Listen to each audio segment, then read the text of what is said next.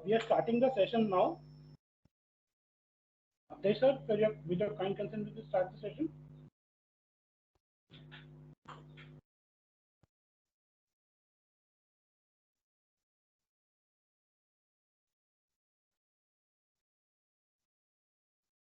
Respected ED-PCRA, Director PS, and all other senior officers and my colleagues. Good morning to everyone. I hope I'm audible. Yeah, Tarun, you're audible. Please go ahead.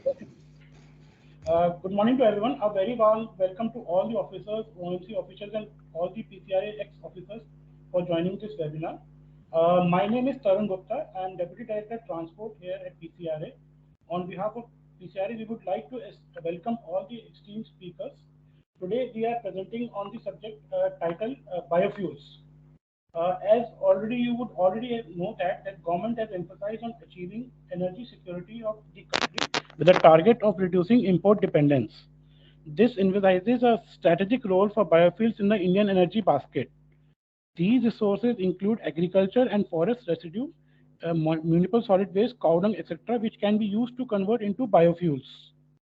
The government is committed to utilize these with the aim to reduce our dependence on import of crude oil, achieve foreign exchange savings, and provide better remuneration for the farmers with a view to double their income, address growing environment issues owing to use of fossil fuels and burning of biomass waste, address challenging of waste management, agricultural management in line with Swachh Bharat Abhiyan, and promote Make in India campaign. Coming to today's session, we have speakers from two oil marketing companies, namely HPCL and IOCL, and one from renowned R&D organization IIP Dehradun. We have three presentations on biofuels in this webinar. I'll request all the participants to raise their questions at the end of all the three presentations, and you may also post in the chat box to be taken up later in the end. Now it's my pleasure to introduce the three guest speakers for today's session. First of all, we have Mr. Shri Anand Kujur from HPCL. He is currently holding the post of Chief Manager Business Development and Biofuel in the Biofuels and Renewables SBU. He is a Bachelor of Engineering in Electrical and Electronics and MBA from FMS Delhi. He has handled various job profiles in HPCL in marketing, retail sales, direct sales, and he's handling this current portfolio for the last 10 months in the Biofuels and Renewables SBU. Our second speaker is Mr. Srijit Basu from IOCL. He is a senior manager from and has a 14 years experience in the field of biofuels, alternate energy, sustainable development, energy efficiency, plantations, and oil and gas sector. In the present assignment, he is instrumental in the launch of the sustainable alternative towards affordable transportation scheme on compressed biogas across India. He has prepared policy guidelines, pricing, and other enable framework, and is currently driving the production and sale of CBG in India.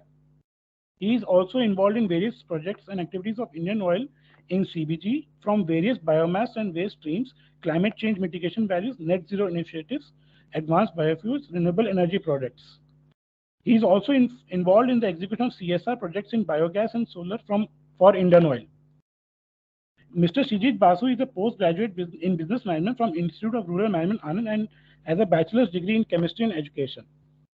Our third guest speaker is from IIP Dehradun. His name is Mr. Salim Akhtar Faruqi. He is a chemical engineer from BTech from AMU and an MTech from IIT Kanpur, and is heading the hydroprocessed renewable fuel area in the biofuels division. He is at present leading one of the national important projects aimed at supplying sustainable aviation fuel to the Indian Air Force for certification and establishing a commercial unit in India to make our country earn foreign exchange, as there is no available indigenous technology in India so far. His experience is used in plant runs, plant scale-ups, simulations for commercial unit setups, and cost estimations. So starting the today's session, I first invite Mr. Anand Kuju from HPCL to start the presentation and give an overview on how HPCL is working on biofuels and his views. Over to you, Shri Anand Kuju, sir. Thank you, Tarun. I would again like to welcome respected Ashish Joshi, sir, Director Biorefineries and ED PCRA, Director PCRA, Sri Avdesh Pandey ji, and all the officials from PCRA. I would also like to thank you all for giving us an opportunity to present before this forum. So with this, I would like to just start my presentation on biofuels. Uh,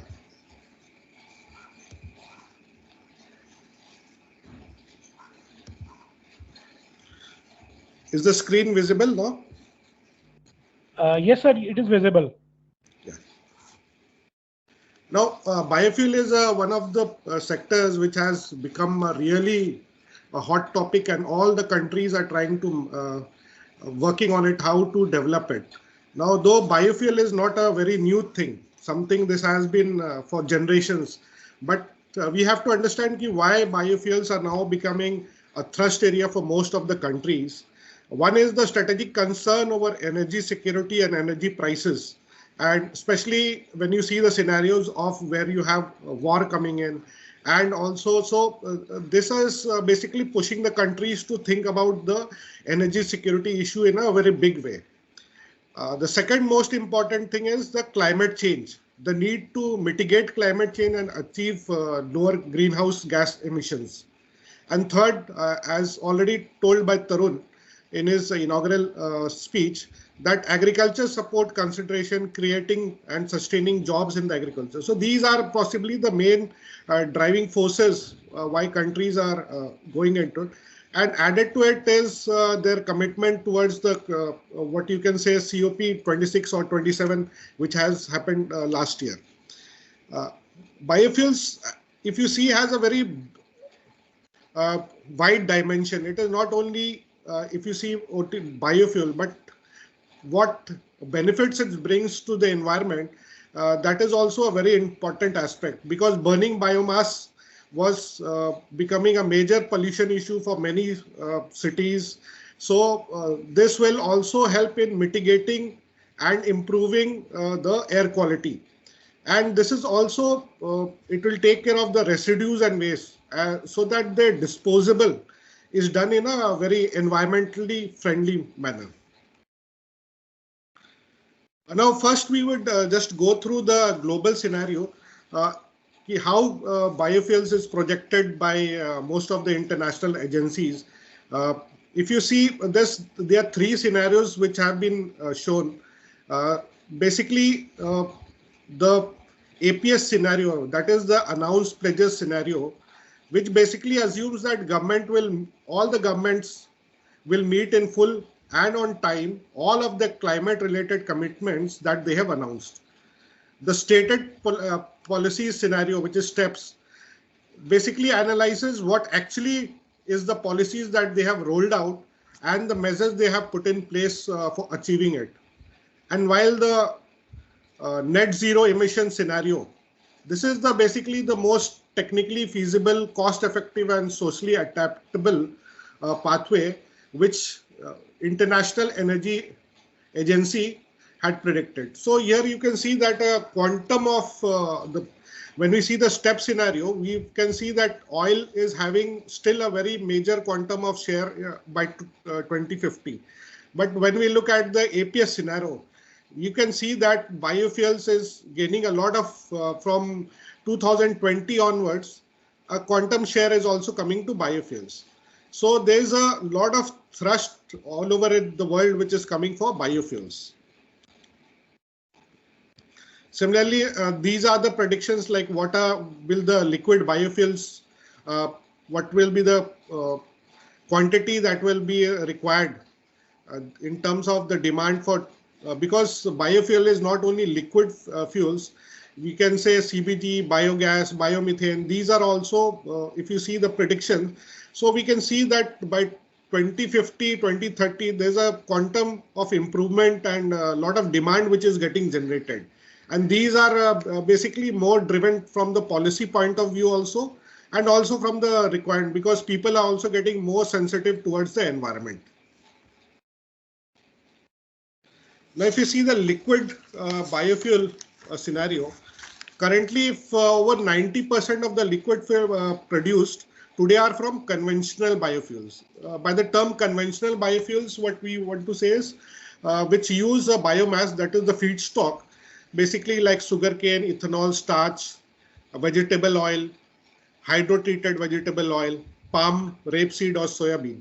But advanced biofuels are basically from non-food crop feedstocks.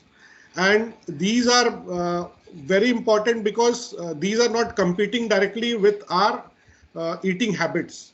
So advanced biofuels has a very important role to play in biofuels tomorrow. And you can see that the growth that is happening, if you see the step scenario, the demand for liquid biofuels is growing from around 2.2 to 3.4 in 2030 and 5.3 in 2050. So this will basically coming from the mandates for passenger cars, basically to increase in use of ethanol, which is produced using this advanced feedstocks. While in the APS scenario, if you see, the liquid biofuels is increasing from 5.5 in 2030 to a much higher use of liquid biofuels in road transport. And this is because there will be a lot of increase in sale of electric cars, and the liquid biofuels demand might plateau over a certain period of time. Thus, the demand of biofuels is projected to be shifting, will have a much higher share in aviation and shipping. Currently, we are looking more towards the transportation, but if we cannot, it is only road transport is not the only transport. Air and shipping also has a big chunk of volume. So that biofuels will be playing a bigger role in aviation and shipping also.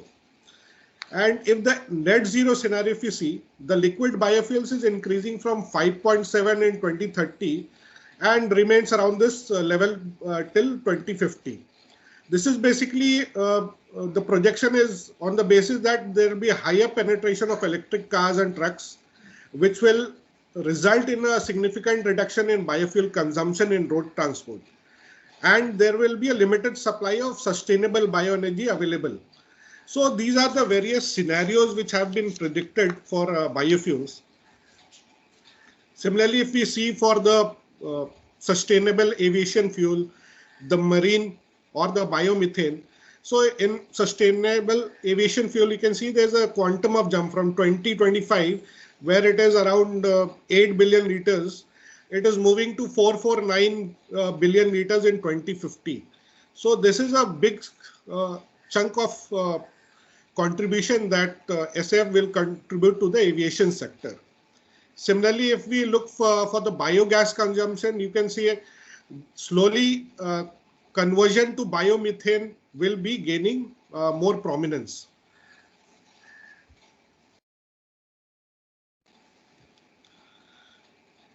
So this is what I was saying, that basically biomethane can be also taken from biogas by removing the CO2 and CO2 and other impurities.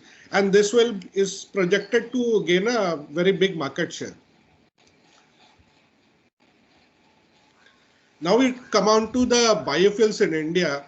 Uh, Biofuels and renewables is basically driven by a pledge uh, that we have to get 500 gigawatt non-fossil energy by 2030, 50% of energy requirements from renewable energy by 2030. So these are the various commitments that we have made, and these are driving the policies and the market. And because we ultimately we aim to become a net zero emission country by 2070. Now, the India's biofuel program is driven by the Indian National Policy on Biofuels of 2018, and there was a subsequent amendment to it in 2022, which added more varieties of biomass, and a lot of new things were added to it. So the thrust could be given to biofuels.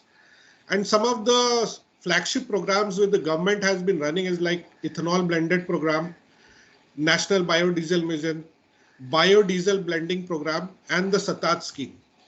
So I would just take you through some of the schemes.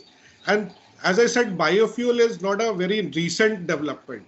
If you can see, there's a lot of policy evolution which has been happening over the period from 2001. As a pilot project, it was taken, and over a period of time, we can see there's a lot of movement in policy, and the policy has been evolving to and taking into account whatever new developments are coming in. Now, the national policy on biofuels, basically it puts a 20% blending of ethanol in petrol by 2025. That is what we have to achieve. And as of now, you can see last month during the India Energy Week, Honorable Prime Minister also started, inaugurated E20 petrol. And but the final migration is to be happening by 2025. And we also have a mandate of 5% blending of biodiesel in diesel by 2030. Now, how do we achieve it? Because it is a mammoth task. It is not such an easy, because India is a big country with huge energy requirements in the transport sector. So the government has been basically trying to help companies set up 2G biorefineries by giving viability gap funding and all types of initiatives for incentives for taking initiatives in the technologies to be put for this 2G biorefineries. Then the feedstock of biofuel, the 2018 biofuel policy had only certain feedstocks which could be utilized, but that gamut has been now been expanded in the amendment which has come in 2022. So there's a lot of thrust for Make in India and creating a suitable environment for biofuels and its integration with the main fuels.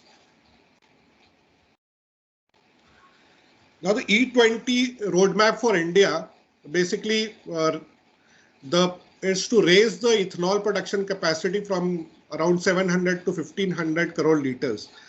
And if you see primarily now, there are two types of technology which is available. One is which comprises of the pre-treatment enzymatic hydrolysis of cellulose and fermentation of sugars. This route is basically being followed by IOC, HPC and BPC and also ABPR. Now there's a second route platform which comprises of the gasification of biomass, followed by fermentation of the syngas to produce ethanol. This is being done at MRPL. So currently there are two types of technology platforms, which is the thrust is there to utilize and try to come out with the ethanol production. And IOC has in fact already started the production. Now to give a thrust to the gas sector, CBG and all, the Satat initiative was a very good initiative launched by the government, so that small players, they could put in small plants, and the evacuation of CBG that was ensured by the three oil companies, HPC, BPC, HPC and even GAIL, I think. So the model itself was giving a very sustainable kind of employment for the private sector to come into it. And they are around, the target is to issue more than around 5,000 CBG plants by 23-24. And it is estimated that there will be a CBG production around 15 MMTPA. And one of the byproducts of this CBG plants is biomanure. So this also will also take care of the agriculture sector, because using of chemical based manure is something which the government wants to discourage.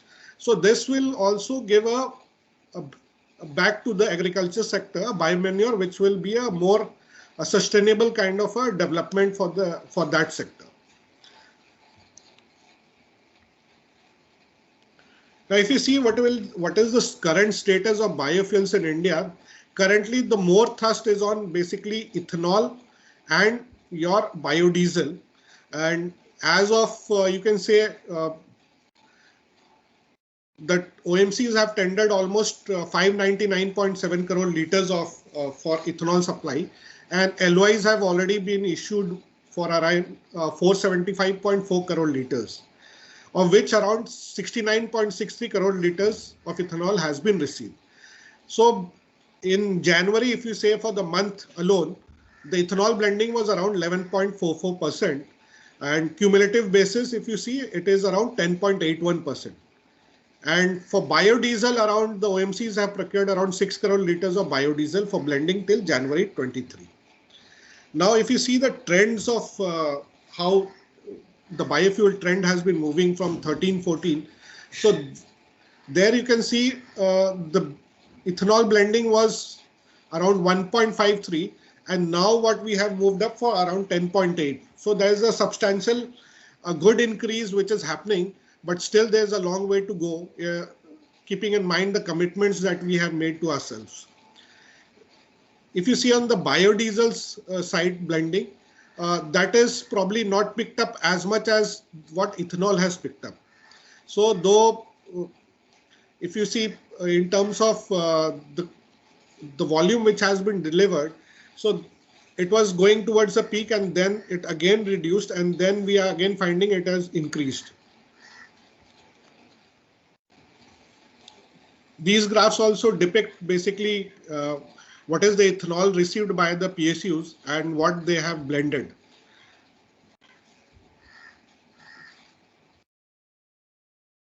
So bioethanol and biodiesel has a very prominent role to play in the biofuels sector for India. And these are the basic projections that what E20 mandate and the B5 mandate that we have. In fact, the E20 mandate has been brought forward. Earlier, I think it was 2030, now it is 2025. So these are the volumes that will be the projected volumes of biodiesel and bioethanol that the country will be producing. And you can see the quantum jump from 2020 to 2040 is a huge quantum jump. So a lot of thrust has been put into it.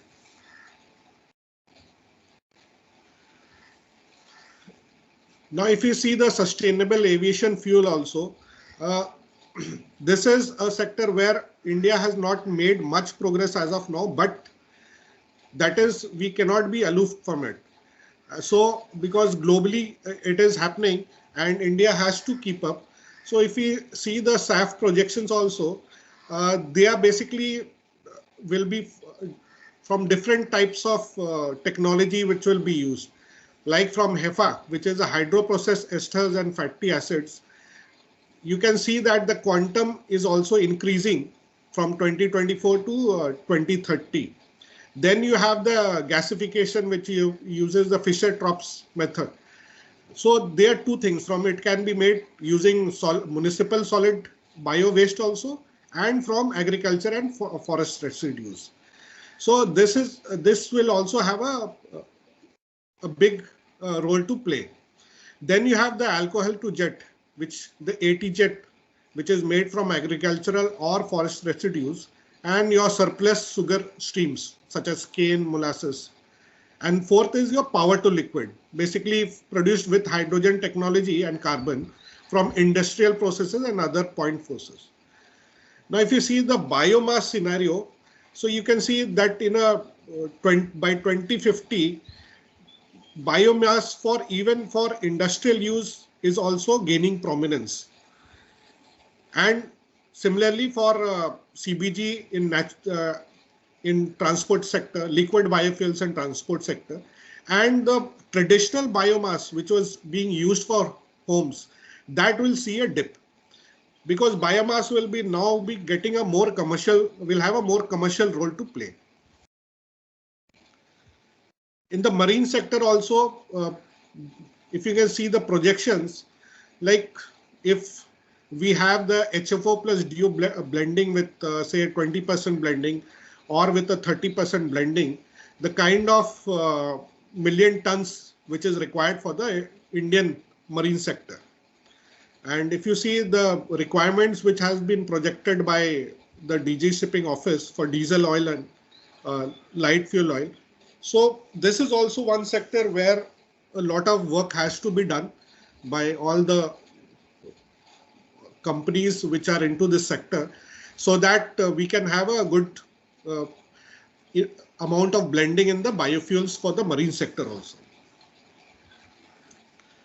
Now, a common question sometimes is what is a 1G, what is a 2G ethanol plant, what is a 1G ethanol? So basically the first generation, it is basically more based on the biomass. Now the type of biomass, if it is an edible biomass, it is put under the first generation. The second generation is what we had earlier referred in the slides as the advanced bio.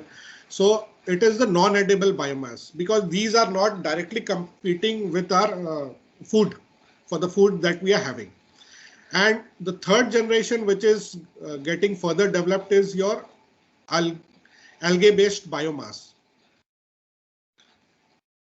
So currently, if you see, the commercial level developments in India is more on the first generation biofuels and the second generation. And a lot of research trials and pilot projects are already underway in the third generation biofuel production, which is basically your algae to biofuels.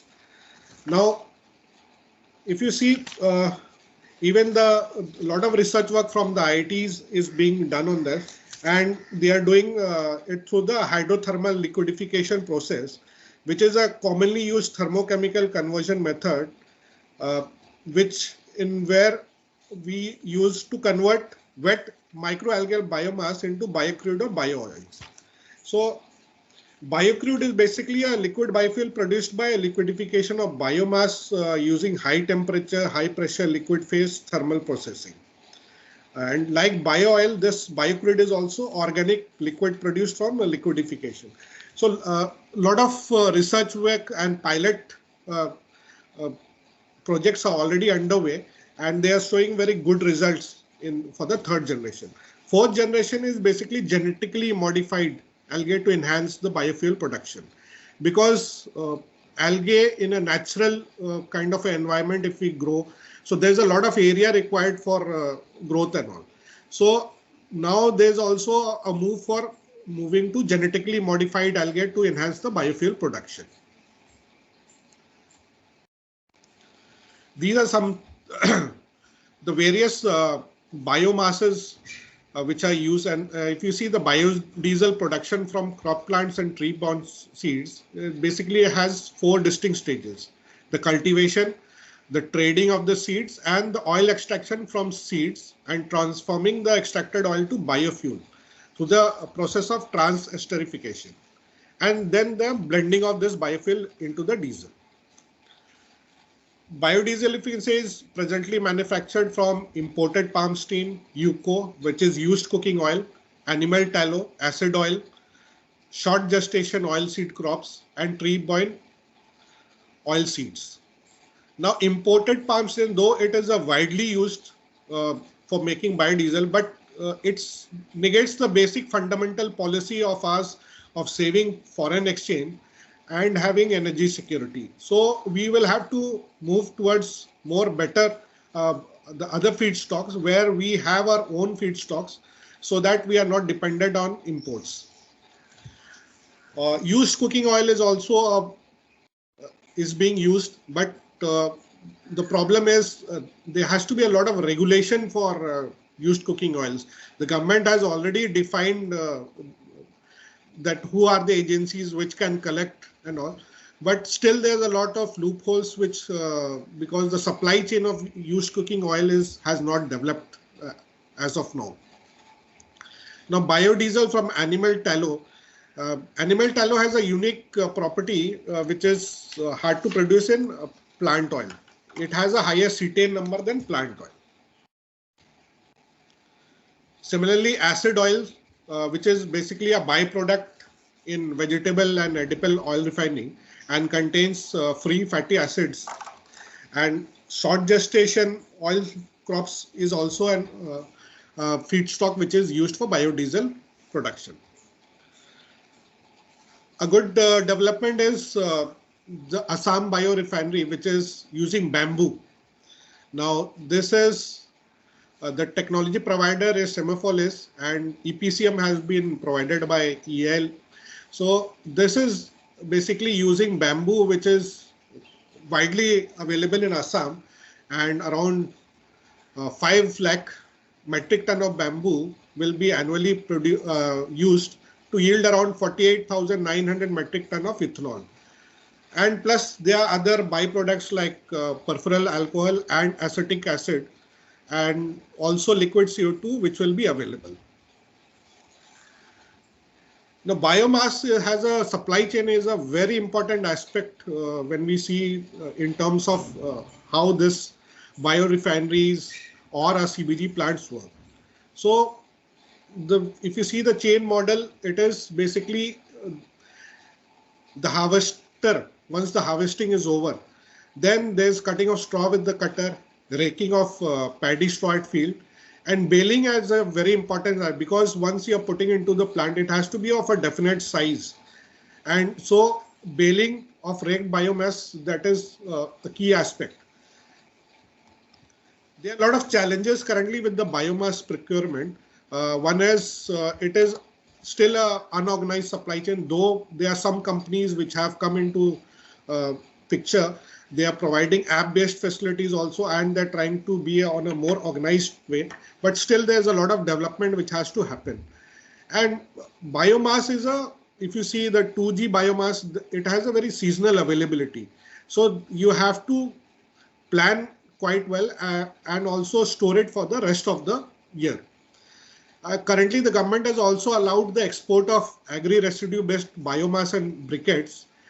So this is basically with the thought process that probably with export being allowed, there will be a lot of organized companies which will be coming into place in this biomass sector. So biomass availability will have a more streamline.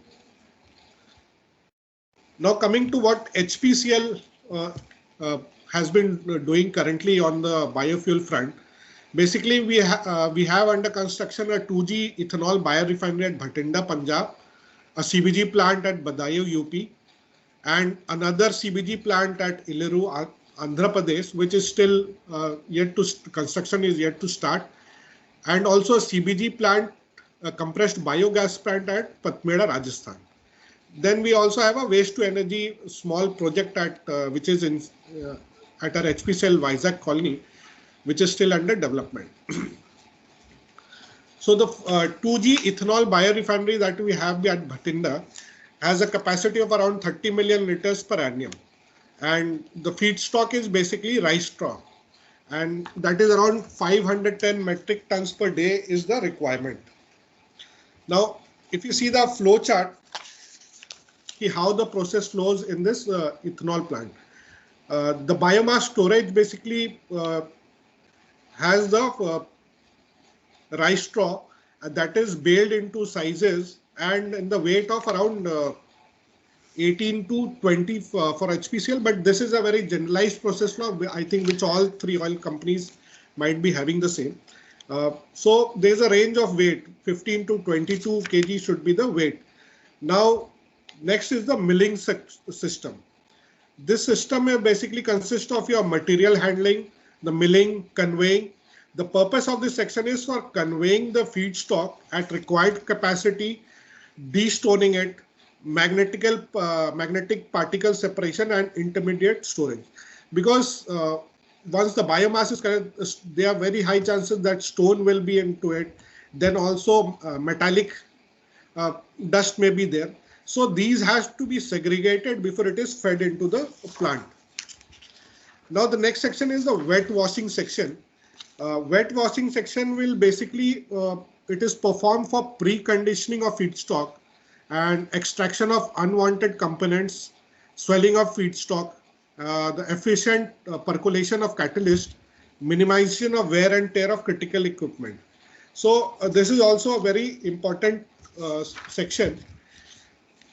The fourth is your pre-treatment. It will basically a pre-treatment section, you can say, will consist of a metering feeder, a pin feeder, acid mixing systems, and a digester. And there you can see that steam and acids are added, and then we have the enzymatic hydrolysis where enzymes are added. The purpose, you can say, of enzymatic hydrolysis is to convert the cellulose to glucose efficiently, so that further ethanol conversion with the help of enzyme catalyst at a certain temperature and ambient pressure can be possible.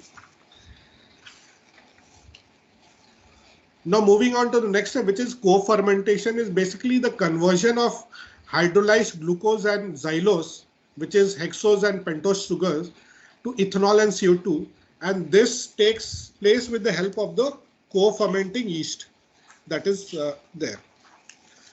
Now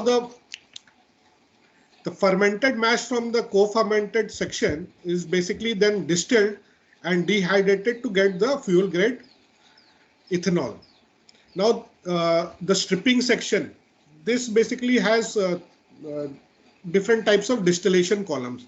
One is your degasifying column, another is your split analyzer column, and similarly, if you see the rectification section, there we have another distillation column which also has the exhaust column. So these are the various columns which are available. And further down from dehydration, you can see that the fuel grade ethanol has been taken out.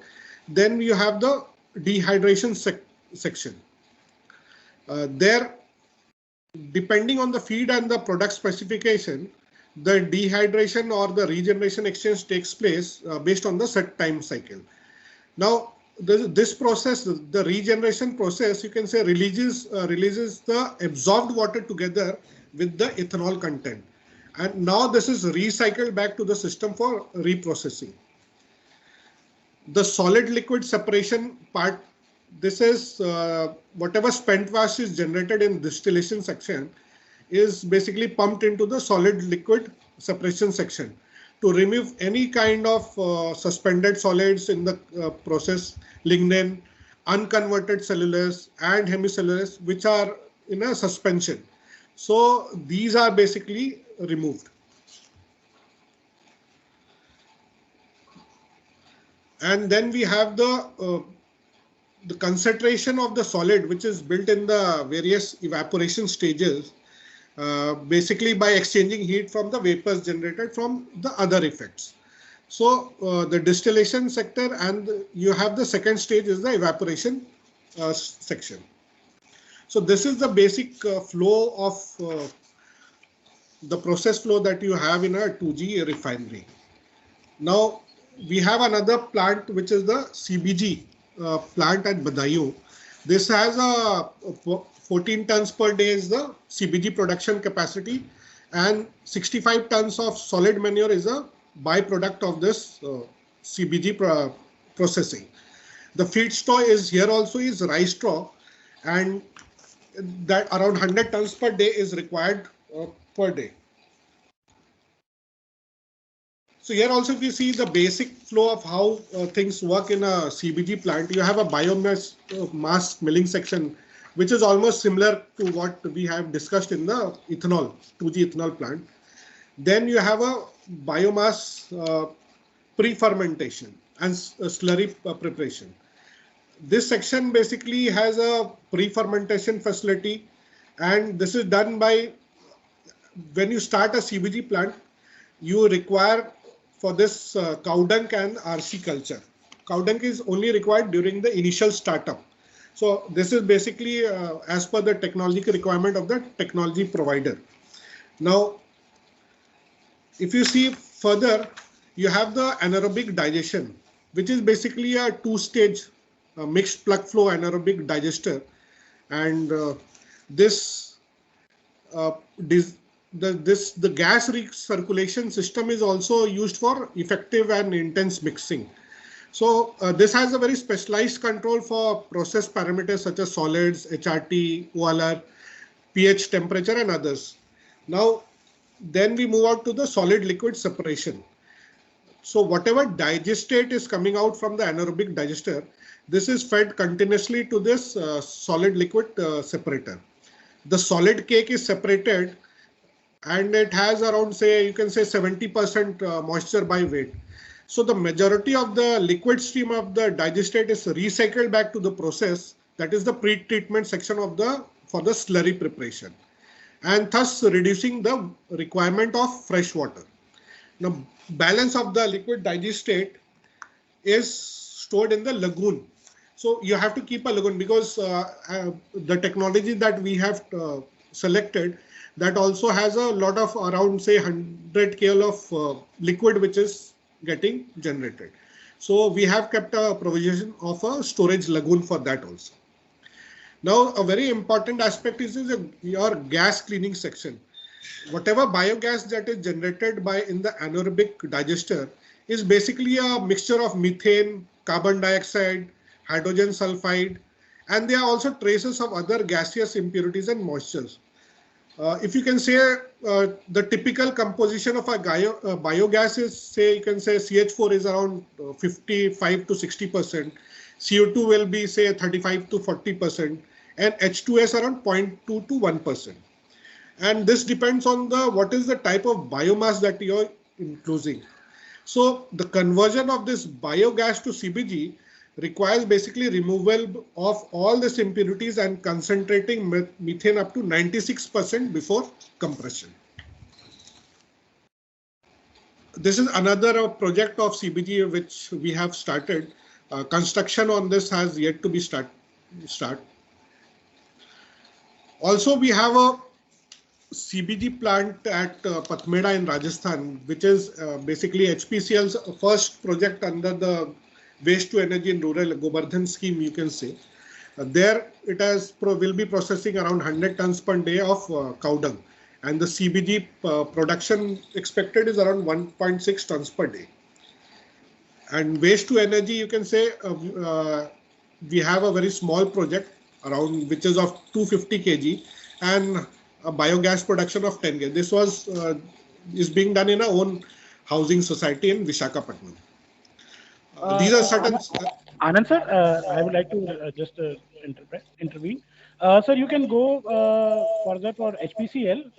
We can sum up the presentation so that we can start with the presentation of with Yeah, IOC. And I'll just take 1 minute. Okay, sir. Thank you. These are just the snapshots of the 2G ethanol Bhatinda. You can see the boiler chimney, the boiler, the cooling towers, the milling section. This is of CBG Badayu. This is the milling section and the digester, and this is the gas processing section. And this is of CBG Patmeda, which is recently coming up. So this is the digester and the shed.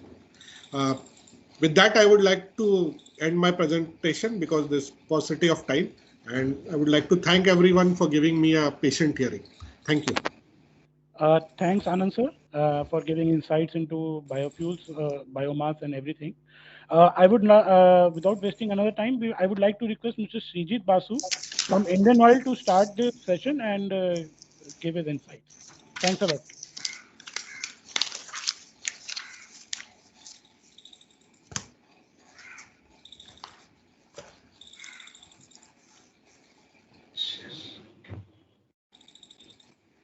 Hope my slide is visible. Yes, sir. Yes, slides are visible. Okay, thank you. Okay, so I'll take you through energy transition and biofuels. What is happening in the globe? We'll start from that. Basically, initially the solid fuels like coal that was taking up a majority of the chunk of the total energy consumption. If you can see, coal was having a very large stake in the entire energy system of the globe. Later on, liquid fuels like petroleum, petrol, diesel, all of these had a peak. But it is expected to slowly go down. And gases like initially methane right now, which is majorly from natural gas, and later on green hydrogen, that is expected to increase and takes this energy space. So this is how the energy transition, global energy transition is happening. And here we have to understand the importance of biofuels through this, because ultimately we have to produce more and more liquids as well as gases through biofuels. And this will help in our import substitution as well as our net zero ambitions. If we see the climate change, so the carbon dioxide concentration in the globe are increasing. At present, it is 409 ppm. About 10-15 years back, it was less than 380, and every year it is increasing. So with this, there is increase in global temperatures. If the temperature, there is a rise of about 1.1 degrees centigrade, and it's keeping on increasing. 1.5 is considered to be a major landmark as per the Paris Agreement. 1.5 to 2, that is what the Paris Agreement talked about, that we will be achieving. We won't be trying to cross those limits, because that will give to catastrophic changes in the environment. The Arctic sea ice is decreasing and the sea levels are increasing. This will also have an impact on the global climate patterns as well as sinking of islands, what we have already seen. So all of these global climate change is affecting how we think about energy. like my previous speaker also said, India's climate change and goals were very clearly mentioned by Honorable Prime Minister at the COP26 in Glasgow. That's to enhance non-fossil fuel energy to 500 gigawatt, meet 50% of our energy requirements from renewable energy, reduce carbon intensity of the economy by less than 45%. One very important thing is reduce projected carbon emissions by 1 billion ton. This is the total from the total emission. So presently, total emissions of India is about 2.5 billion tons. So in the projected future emissions, we'll be reducing 1 billion tons. So this is a very big amount. And we'll achieve net zero emissions by 2070. Net zero here means that what we give out, somehow we have to capture that. Net zero doesn't mean zero emissions, but net zero here means that what we give out, we have to capture that. The best way is through biofuels, because biofuels creates a circular economy in which the emissions which is given out from vehicles or from burning of any of these fossil fuels, that is taken back through plants and then put back in the soil. So there is an entire circular economy created through the biofuels, and the achievement of net zero will be assisted through this. If we see, there is also the import dependence factor. Presently, in oil, our import dependence is about more than 85, about 90%, and it's keeping on increasing. In natural gas also, if we see, the total consumption last year was 49 million tons, out of which we had imported, the LNG import was about 24 million tons, or about 50% of the total gas is being imported. So there's a huge import dependence in energy for India, and we are trying to reduce it. We are trying to reduce our energy costs through diversification of the energy sources, as well as through producing domestic energy, both through domestic oil fields as well as through biofuels, to take care of the growing energy needs of the country. So this was also mentioned by my previous speaker, that National Policy on Biofuels 2018 was announced, in which there was blending mandates of 20% of biodiesel, bioethanol, and 5% of biodiesel by 2030. Advanced biofuels like compressed biogas, waste to energy, dimethyl ether, all these advanced biofuels was also promoted through this National Policy on Biofuels 2018. In 2022, there was an amendment to the policy, in which the major thing which happened was that the 20% blending of ethanol in petrol was brought forward to 2025. And this was a major change, as government felt that much of ethanol can be made. There are multidimensional impacts on biofuels. If you see, like I already mentioned, there will be first thing is the economic benefits. There will be lower crude oil and natural gas imports, lower physical deficits, lower forex spendings, employment generation both in rural areas as well as in urban areas, because it starts across the value chain from feedstock collection, processing to delivery and sale of the biofuels. So there will be employment generation across the value chain. There will be additional income to farmers, because they are the main people who are producing these crop residues. Also, they will be employed in this economy. There will be growth in the organic food due to the various manures and residues which is being produced from the biofuels plants. It will also help in the environmental benefits in achievement of our net zero goals, higher air quality reduction by reduction in crop burning, lower vehicular emission, because all of these biofuels like ethanol, CBG, they have lower emissions from normal fossil fuels, and it will have multiplier effects on the various government schemes towards net zero emissions, doubling farmers' income, Pradhan Mantri Jeevan Yojana, Swachh Bharat Mission, Atmanirbhar Bharat, then Skill India, Make in India. This will affect all of these. So it will have a multidimensional effect in the entire economy. Looking at this, the government of India has made this 2023 budget as a green budget. So what are the main accepts of it? First is, under the Govardhan scheme, it's galvanizing organic bioagro-than. This is a government of India umbrella scheme on compressed biogas, rural biogas, all of these plants. In this, Government of India has planned 500 new waste to wealth plants under Govardhan scheme. 200 CBG plants. These are the larger plants, with 75 plants in urban areas have been planned. 300 community or cluster-based plants have also been planned under this scheme, making to the total of 500. It is estimated that an investment of 10,000 crores will be made in these 500 plants. Next, what government did was that their CBG compressed biogas, I'll come to that later, but that came under GST, while other natural gas comes under VAT and central excise regimes. So, excise paid CBG was exempted from GST paid CBG was exempted from paying of excise duty, central excise duty. So this was another thing which was made.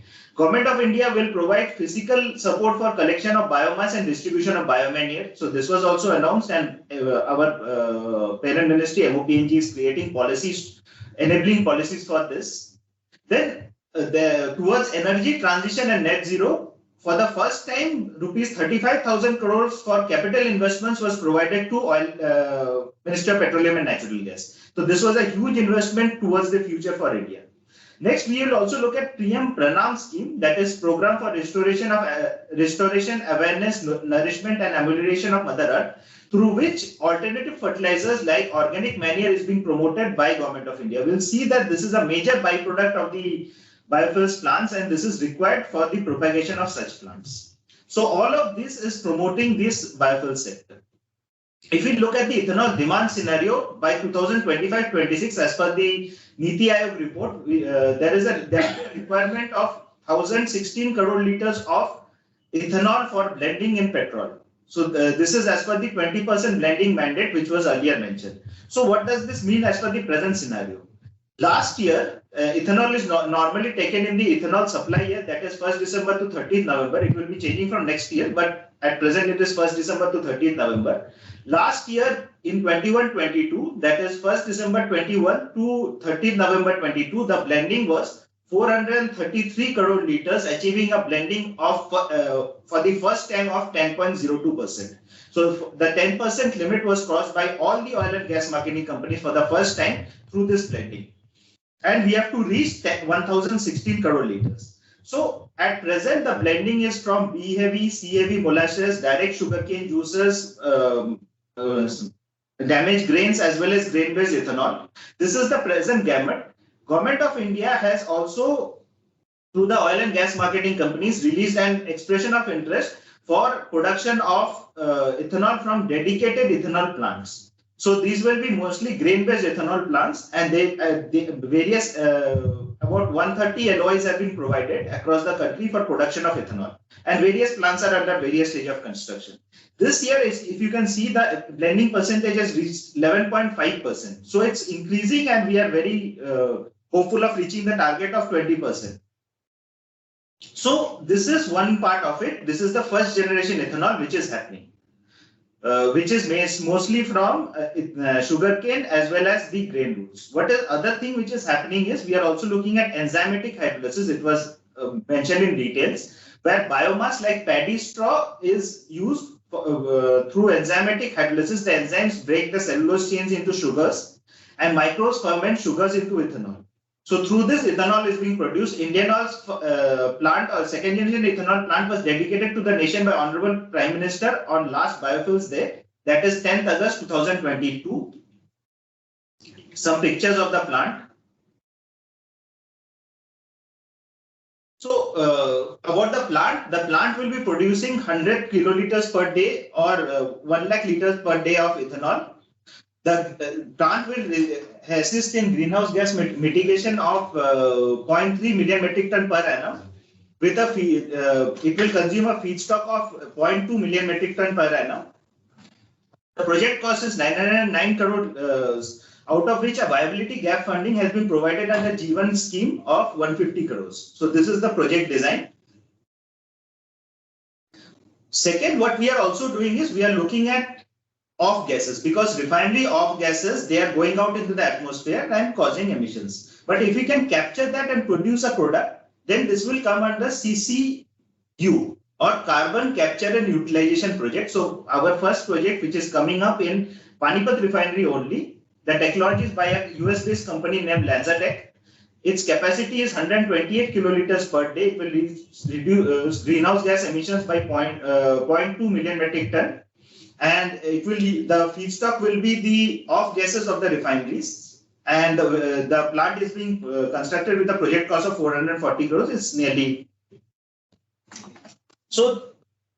In future, what we are looking at is something like what Brazil is doing, maybe flex fuels engines. If you see in Brazil, the dispensing is that you have various octane in the right hand corner. It's given that various octane fuels are there, and also ethanol is there. Any person is free to put in any type of ethanol from E20 to E100. Their normal blending is E27. They are going up to E85 as per the convenience in the market. It's a market-based design, and as you can see, the number of flex fuel vehicles have increased, and now all of the vehicles are nearly flex fuel vehicles in Brazil.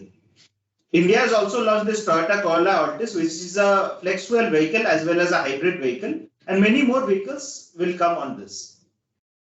Biodiesel, presently, it's very limited because of various factors and diversions of used cooking oil-based biodiesel. We have also released an expression of interest and received given 31 LOIs under this used cooking oil-based biodiesel initiative. 3 plants have been commissioned with receipt of 96 kiloliters. It will slowly, gradually increase. We are also looking at various enablers on this also. We are also looking at production of tree-borne oil seeds based biodiesel, and recently Indian Oil, as you can see, has signed an MOU with trust in Madhya Pradesh for producing of tree-borne oil seeds based biodiesel. In the international aviation, there is through the CORSIA norms, the carbon offsetting of reduction scheme for international aviation, there is a huge requirement of sustainable aviation fuel. What is being looked at is presently 1 to 5% of blending, later on is increasing. Presently, CORSIA norms have been given by International Civil Aviation Organization for only international travel, but we expect that this will further come to domestic travels also in the future. Sustainable aviation fuel gives an impressive 80% reduction in carbon emissions. It can be blended with 50% of traditional jet fuel. There is no change in aircraft engine. Indian SAF requirements, considering a 5% blending in 2025-26, is 185 TMT, and Indian Oil is presently in discussion with 2 US-based companies for setting up of SAF-based plants. So it is a drop-in fuel which is being produced. The pathway we'll be following is an alcohol to jet pathway, and we'll be using feedstocks like 1G, 2G, and 3G ethanol, producing SAF from that. So this is the pathway which is being planned. Next, I'll come to compressed biogas. Any organic material like cattle dung, crop waste, crop residues, food waste, wastewater sludge, any of the organic materials, anything which are or chicken litter, any organic material which put in a digester produces biogas. So what is biogas? It is basically methane, about 50-60% methane, 30-35, 40% carbon dioxide, and trace amounts of hydrogen sulfide and volatile organic compounds. There are various purification methods to upgrade this biogas. So there are membranes, there are amine-based systems, there are PSA, pressure swing adsorption systems, and water scrubbers to purify this biogas of carbon dioxide and H2S, produce methane, which is more than 95%, produce compressed biogas, and compress it to produce compressed biogas of more than 95% purity. This is similar to compressed natural gas, as also being announced by Ministry of Road Transport and Highways, used in the same vehicles for transport. The digestate which is left out from the digester is an excellent solid and liquid.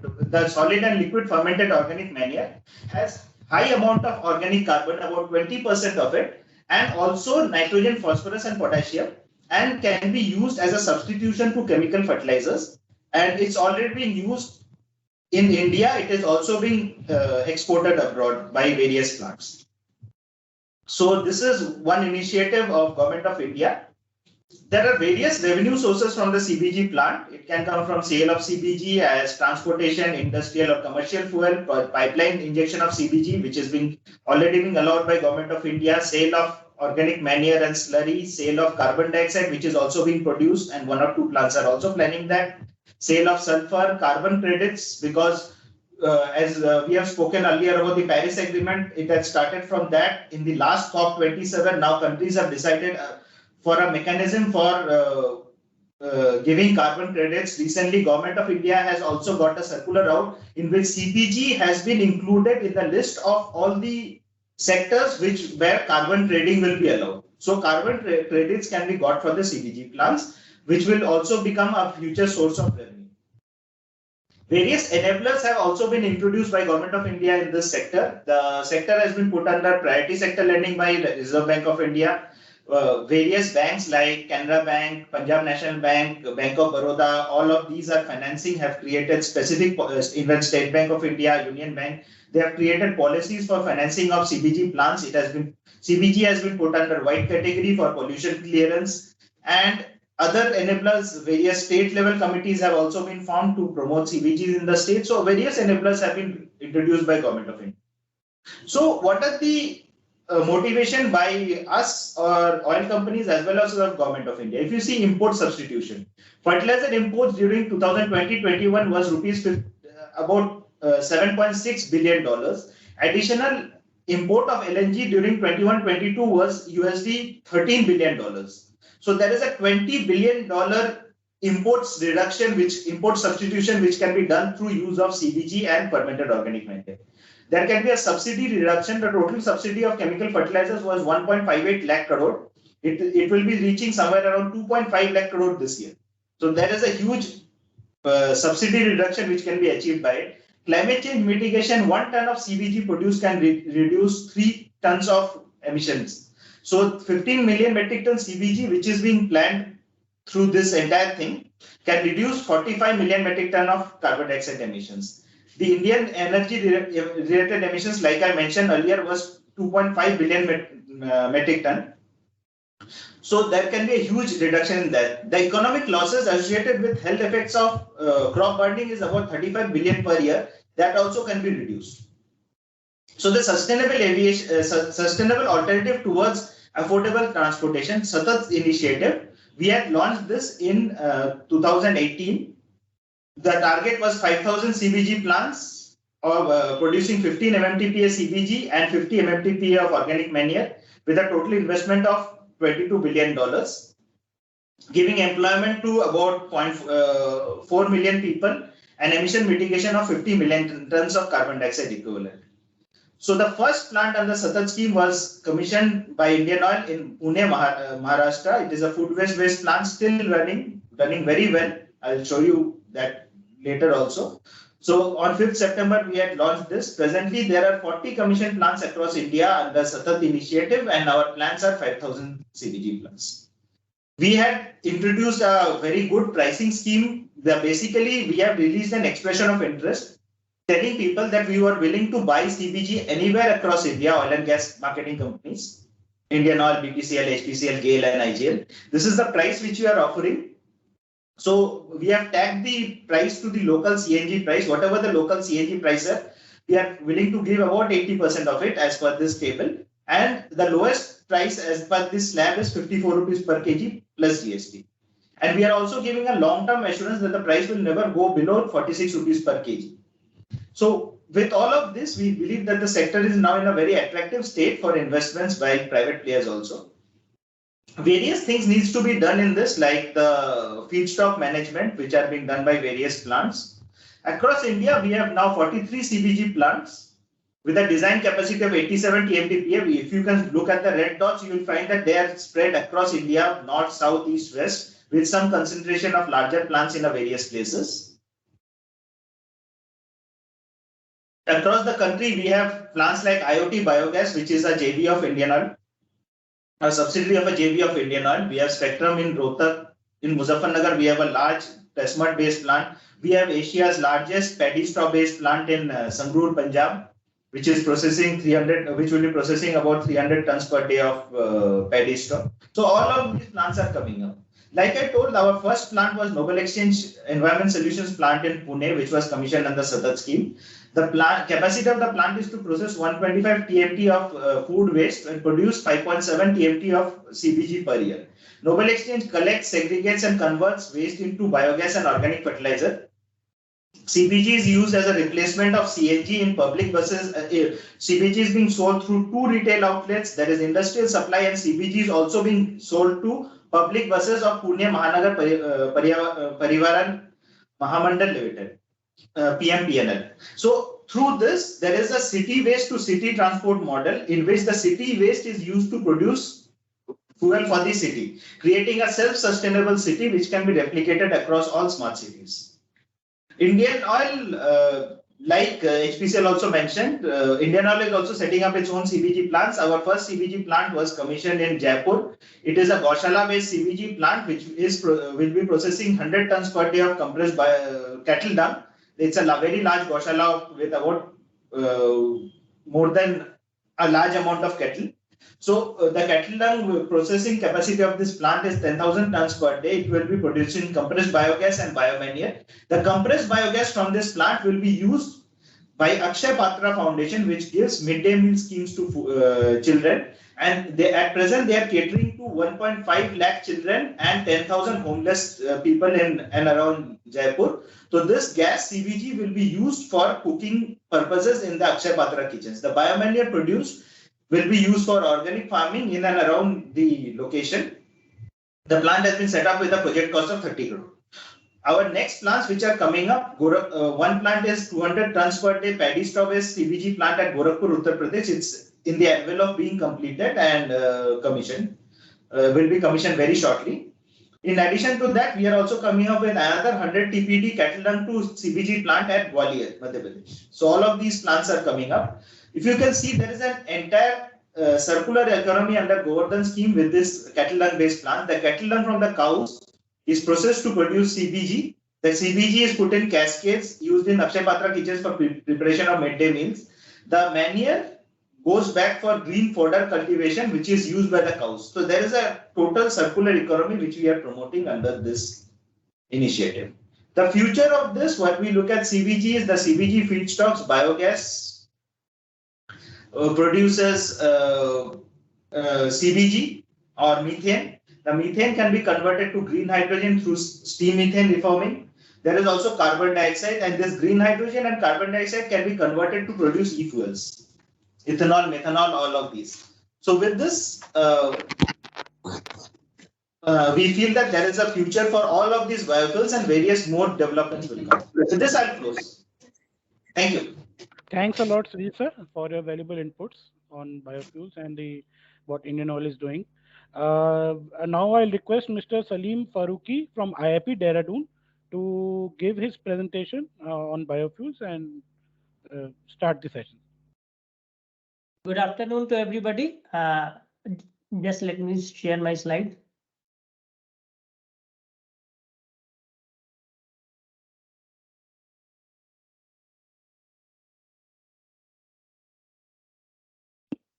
Is this presentation visible to you? Yes, sir, it is visible. Yeah. Hello, everyone. This is Salim from IIP Dehradun. So basically, I will be covering sustainable aviation fuel part in the biofuel category. So as our previous speakers, Dr. Anand and from IOCL, they have already covered that there is a need of biofuels in aviation sector as well. And they have rightly pointed out that the liquid fuel, as Dr. Anand has told, that liquid fuel is going to be very effective in aviation industry throughout in the near future. And we are not going to expect any plateau in terms of aviation fuel, sustainable aviation fuel consumptions. So I will be covering single reactor HEFA technology, which CSIR IP has developed. So this we have termed as drop-in liquid sustainable aviation and automotive fuel. So coming to the background, that it has already been covered by the previous two speakers, that we are basically producing lots of amount of CO2, and you can see if no mitigation has been taken, so this can go on increasing, and if certain various biofuels has been used, then we are able to control this increase in CO2 production. So we have to basically go towards cleaner fuel options rather than using crude-based fuels. So the background of aviation fuel, that why we have to go for this aviation sustainable fuels, is that because as already mentioned that by the second speaker from IOCL, that CORSIA is going to be implemented in a phased manner. And currently it is in a pilot phase, but it is going to be compulsory after 2027. And right from like 1 to 5%, it is going to be compulsory. So this is the driving force that policy wise in India also, there is going to be some compulsion to use certain amount of biofuels, both in the ground-based sector as well as in aviation sector. In an Indian perspective, what we can see, like ATF consumption, where it is around 7.6 million tons per annum. So even 1% blending, it is going to be mandatory, then we need many commercial unit of SAF plant. That IOCL has already putting a SAF plant based on ethanol technology. Similarly, we have also developed a technology based on vegetable oil. So we are also putting a commercial unit based on this technology, but we need to promote this kind of technology so as to meet the country requirement. It will not make the country self-sustainable, but also it will mitigate the environmental issues. The major challenges with respect to commercial implementation for HEFA technology is the feedstock availability, because it uses used cooking oil or animal fat or non-edible oil as a feedstock. Its aggregation, cultivation, and harvesting is going to be challenged. So, but since there is a sustainable plants running around the globe, like in US and Europe, so is on the same model, India can also look into the feedstock aggregation and harvesting for production, so that the feedstock is available throughout the year for commercially running the plant. A support from government and investors are required. So if we are talking about like how much amount of land is required, so based on my calculation, it comes around approximately a 15 square kilometer of land is sufficient enough to run a plant of like approximately 100 tons per day size. And the commercial unit setup, it is not going to require much land. It is only 150 square meter. So it is not a very big deal, but we need to work together to make it really happen. So one more thing which I want to point out is that used cooking oil is very good feedstock, especially if we are talking about HEFA fuel, which is hydroprocessing fuel. Because we are, if we see the data, we are consuming approximately 14 kg per annum of oil per capita. And even if we are able to aggregate only 1% of the oil, that is enough to blend 10% of SAF requirement. So it's a very interesting data that right now, whatever the used cooking oil we are, it is going down the drain. So we have to set up our mind so that we are able to aggregate this used cooking oil. And such model has already established in Dehradun. So right now, whatever the oil from bigger hotels industry we are able to collect, we use it in our pilot plant, and we are whatever the SAF we are producing from used cooking oil, we are sending to Indian Air Force. So it is one of the model which has already been established in Dehradun. So yeah. Yeah, Salim sir, actually I thought your presentation is not moving. Now it is moving, right? So yeah.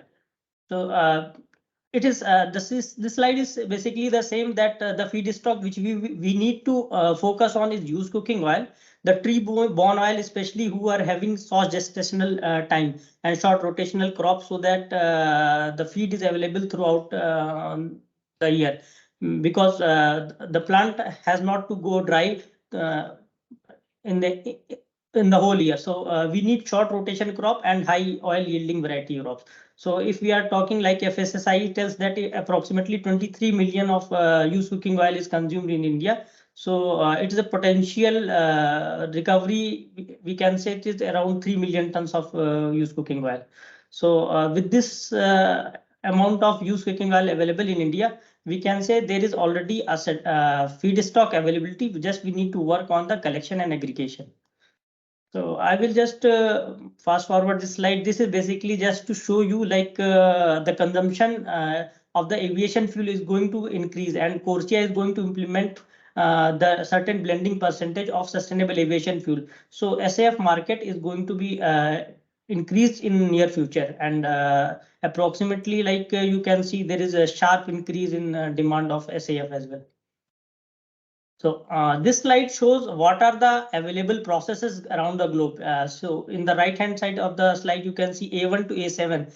These are different processes which has been approved by ASTM that it can be used as an alternative aviation fuel, which we call sustainable aviation fuel. And you can see that CSIR-IP fuel is already in this approval stage, and we have already sent a few batches of fuel which is being tested, and we have cleared tier 1 and tier 2 process. So it may be possible that even after tier 1 and tier 2 we will get the approval, or it can go to further tier 3 and tier 4 stages.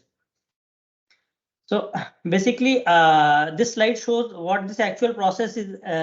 So the feedstock is a vegetable oil, and we have developed a catalyst where we remove the oxygen present in vegetable oil in a single step. And also we isomerize the long chain hydrocarbon so as to meet the stringent freezing point requirement of aviation fuel. And not only sustainable aviation fuel is the product, the co-products are green diesel, which is very high cetane diesel, green naphtha. This is a high paraffinic naphtha, which is very good GCI engine fuel as well as a good feedstock for the reformer. And the light gases comprises of mostly LPG. So basically, except water, everything is useful in this process. So this is the timeline of CSIR-IP process. Like we have started in 2008, 2009 at very small scale, which we can say technology readiness level of 1 and 2.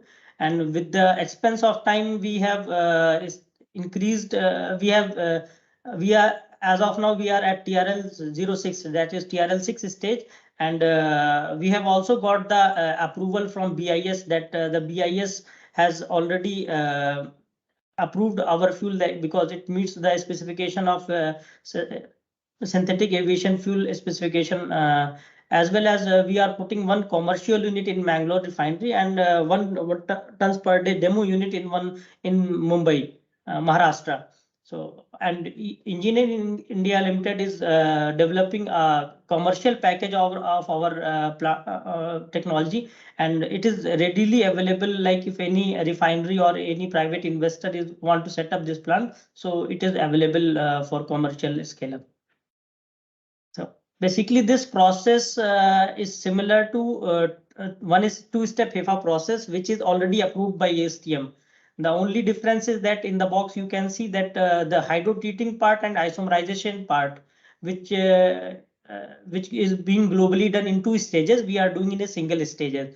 So the difference in terms of product property, that in our SAF we are also able to produce aromatics, which is actually minimum 8% required. So all total, it removes the supply chain which is there in two-step HEFA process, because additionally in two-step HEFA process, the aromatics are to be added, or it has to be blended with jet haven with high aromatics. So this is the uniqueness of this single-step HEFA process. So this is the product distribution. What I can say from this slide, that approximately 88% of this is the liquid product from vegetable oil, and among 88%, the useful product is like except 10% water, everything is useful. So it can be used within the plant itself, or it is marketable.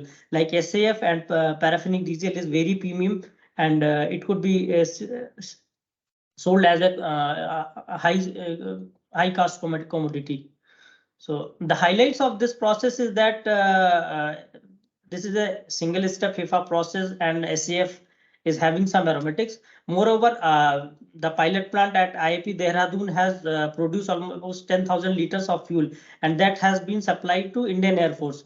And based on the fuel supplied to Indian Force, this SEMILAC, which is the approving authority of Indian Air Force, has already approved 10% of usage of CSIR-IP fuel in all the aircraft. Even like fighter jets can use sustainable aviation fuel produced from HEFA technology of CSIR-IP. So in the near future, they are going to sign MOU with one of the refinery for the consumption of whatever the SAF will be produced. So SAF production, this slide basically gives you the glimpse what is the approximately tentative cost of SAF, because there is a it is already told by many people that SAF going to be very costly. So you can see that the blue dark line is the baseline ATF price, and the histograms are different ranges of SAF price from different technology like HEFA technology, gasification technology, and alcohol to jet and power to liquid. So you can see the HEFA technology is not much far away from the normal ATF, which is crude base ATF. And it is the minimum in terms of cost with respect to other technologies. So these are the highlights of our process where we did one civilian aircraft, as well as I already mentioned that we did almost 65 hours of run on AN-32 aircraft. So this slide shows the certification stage of CSIR IP process, that almost 70% of the certification has been done, and we have already crossed tier 1 and tier 2 specification. So so we are right now eagerly chasing this ASTM for its approval. I will just skip the slide that I have already discussed. So basically, in summary, what we can see, this CSIR IP process at TRL level 6, where basic engineering package is being developed with EIL, and the process is available for commercial implementation. And we are already putting 2 plants, one a demo plant and other a commercial unit in Mangalore refinery. So this slide shows like what as I have mentioned in the second slide, like there are many available processes throughout the globe. So you can see the HEFA 2, HEFA 1, and gasification, pyrolysis and upgradation process, or ATJ process. What is the comparison of capital cost in the right hand side column? You can see. So like single step HEFA process, you can see it is quite less in capital cost. Alcohol to jet is also less in capital, but it is still slightly more than HEFA single step process. So the process developed by IIP is quite low in cost, especially because only single reactor is being used in this process. And if we compare the selling price, the minimum selling price, this data has been taken from IRENA Biofuels, one of the report. You can see like single step HEFA process is almost similar to alcohol to jet process, if alcohol to jet process is coming from like forest residue and wheat straw. So and steel mill of gases is in the similar range. So it is quite comparable to available commercial technologies, the HEFA single step process. So property wise, as I already mentioned that since the SAF by CSIR IP process contains aromatics, so except density, it meets all the specification, even if you are comparing the neat SAF fuel with Jet A1. So commercially, as per D7566, there is a limit on aromatics. So if we remove aromatics, we meet those specification. But right now we are pitching in ASTM that minimum 8% is the requirement after blending. So since our field already produces aromatics without blending, so we are looking forward more than 50% approval. The byproducts in this process, like green diesel, as I already mentioned, that it meets the BS6 specification, except density, and it meets the paraffinic diesel specification, which is there in the European Union. And what we can see, it is a very high C10 diesel and a very premium product. The naphtha is very good feedstock for reformer, and it is good fuel for GCI, gas compression ignition engine. So this is just to show like even for burning of the diesel, you can see we did this test on one of the Tata Cummins engine, where we see the emission part, like how much will be there unburnt hydrocarbon emission, CO, NOx emission. You can see like approximately 15 to 20% reduction in emission with when we are using neat green diesel compared to commercial diesel. So we have now optimized this to even 40% reduction of different type of emission. So this is the development stages of the process, where the right hand side is the present commercial pilot plant in IIP, which right now is running and producing the fuel for Indian Air Force. So far we have approximately run all kind of fuel like palm fatty acid distillates, used cooking oil, pongami oil. Right now we are also using waste oil from spent earth. So those kind of oil we have also run, and we can see that there is a consistent 30 to 50% of SAF yield and the similar diesel yield. And if terms of the economy part, if we see like this table shows like if the feedstock varies like from 30 rupees to 60 rupees per liter, and we are putting the diesel at 71 rupees per liter. So we are going to have a payback period not more than 3 years if we are putting our biojet price at like $2 per liter. So you can see like this sensitivity chart that it shows that approximately 1.6 times of only price of Jet A1 is the present minimum price of SAF. So like if we are able to reduce the feedstock cost further, so we are able to achieve like equivalent cost of normal Jet A1. So this is all from my side. If there is any question, I'm happy to answer. Thank you.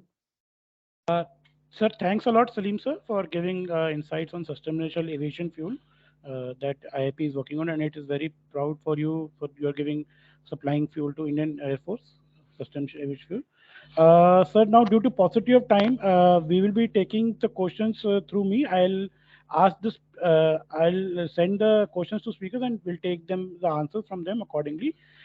We like to conclude the session, and I'll ask our EDPCRA and Director Biorefineries MOPNG to give his remarks and conclude the session.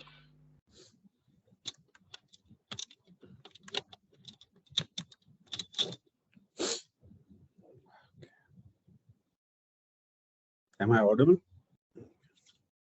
Yes, sir, you are audible, sir.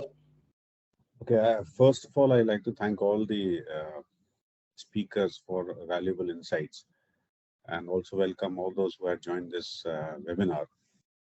See, biofuels has gained a lot of relevance, as most of the speakers have already told you, and the government is also emphasizing a lot on the biofuels. Ethanol has already been talked about. 10% blending we have already achieved. We are going towards 20% blending by 2025, and we are getting support from almost all the quarters. So the CIAM has already stated that from April 23 onwards, all the vehicles that are going to be developed are going to be material compatible, and by 25 they will be engine compatible. Flex fuels are also going to be available by 2025. So as far as ethanol story is there, it's quite a success as far as India is concerned. In 2G also, we have a PMG1 scheme wherein we provide financial incentives to companies who are involved in manufacturing ethanol by 2G technology. I think 6 commercial and 3 demo projects have already been approved under the scheme. So all in all, the ethanol is going well. Biodiesel, yes, there are certain issues with biodiesel blending, but over a period of time, I think we will be able to address them as well. Satat is again a scheme wherein CBG is being propounded. That is again doing considerably well. SAF, as has already been pointed out. I just wanted to ask a question. What is the status of the approval of the SAF that is being developed by IIP? Sir, like I told that almost 70%, it has to be done in 4 stages. The 2 tier has already cleared, so they will review that whether it has to go for the 3rd stage or it has to be approved directly. So like we have prepared a report and submitted to ASTM. So they have to take any tentative time by which it would be approved by them? So probably by in May they are going to have a next meeting, and the 3rd batch is in testing stage. So after this result, they will be able to say something about it. So in the May next meeting, they will be going to say whether they need further larger volume of fuel for detailed testing, or whether they are going to approve as a separate annexure. And are you still supplying to the Air Force and the Army? Yes, sir. We are. We have recently got another order for 6,000 liters. So it is in channel. Okay. Already 10,000 supplied. Because to qualify as a SAF, it has to qualify the ASTM parameters. So I think that needs to be not for Air Force, sir. For Air Force, no, they not are for Air Force. I'm saying for SAF Corsia thing. Yes. Right, sir. It has to be a ASTM code, so it needs to be expedited a bit. Yes. So I think overall, I don't want to repeat what has already been stated. Biofuels is upcoming story, and I think it not only augments India's energy security, but it also saves a lot of foreign exchange. It reduces carbon dioxide emissions, and it also expedites payment to the farmers. So all in all, it is quite a comprehensive scheme wherein we intend to better it and get the 20% blending by 2025. Our aim is also to get 5% of biodiesel blending in diesel by 2030 and to establish close to 5,000 CBG plants by 2025. So I hope that we'll be able to achieve those targets.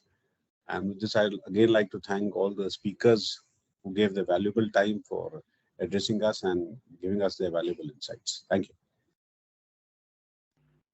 Thanks a lot, sir. In the end, I'll request all the participants to turn on the cameras so we can have a group photograph and then end the session.